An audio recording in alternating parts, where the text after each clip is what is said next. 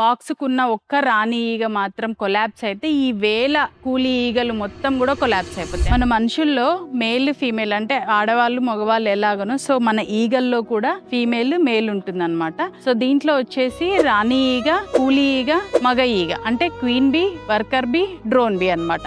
So queen వచ్చేసరికి female అంటాము, ఇది ఎగ్స్ లే చేస్తుంది. వర్కర్ బీ వచ్చేసరికి దీన్ని కూడా ఫీమేల్ అని అంటాము. ఎందుకు అంటే అది పుట్టిన దగ్గర నుంచి చనిపోయే వరకు అంటే ఇది 45 రోజులలో దాని లోపల కావాల్సిన పని మొత్తం కూడా ఈ కూలీ ఈగలే చేస్తాయి అనమాట. అంటే గదులు కట్టడం కానించి బయటికి వెళ్ళి మకరందం తేవడము, వాటర్ తేవడము, పుప్పొడి తెచ్చిన మకరందాన్ని హనీ కింద కన్వర్ట్ చేయడం అంతా కూడా ఈ వర్కర్ బీసే చేస్తాయి అనమాట. డ్రోన్ వచ్చేసరికి మేలు, ఇది మాత్రం ఓన్లీ క్వీన్ తోటి మేటింగ్ పర్పస్ కి మాత్రమే పనికొస్తుంది. మన డ్రోన్ బీ అండ్ రాణి ఈగ ఈ రెండు సేమే, రెండు ఏం పని చేయవు. కాకపోతే రాణి ఈగకి డ్రోన్ కి చాలా తేడా ఉంటుంది. బట్ రాణి ఈగ మాత్రము లే చేయడము, వీటన్నిటిని మానిటర్ చేయడము, ఇక్కడ ఏ పని చేయాలో కూడా చెప్పడం, అది లేకపోతే మొత్తం కాలనీ మొత్తం కూడా కొలాప్స్ అవుతుంది అనమాట. రాణి ఈగ గైడెన్స్ కిందనే ఈ వర్కర్ బీస్ అన్ని కూడా పనిచేస్తాయి. ఏంటి ఈ రాణి ఈగ గురించి ఇంత కన్ఫ్యూజన్ ఉందని అనుకుంటున్నారు కదా, ఇన్ డీటెయిల్ గా మీకు నెక్స్ట్ వీడియోస్ లో చెప్తాను. ఇంకా మీకు హనీ గురించి కానీ లేకపోతే బీ కీపింగ్ గురించి డీటెయిల్డ్ ఇన్ఫర్మేషన్ కావాలి అంటే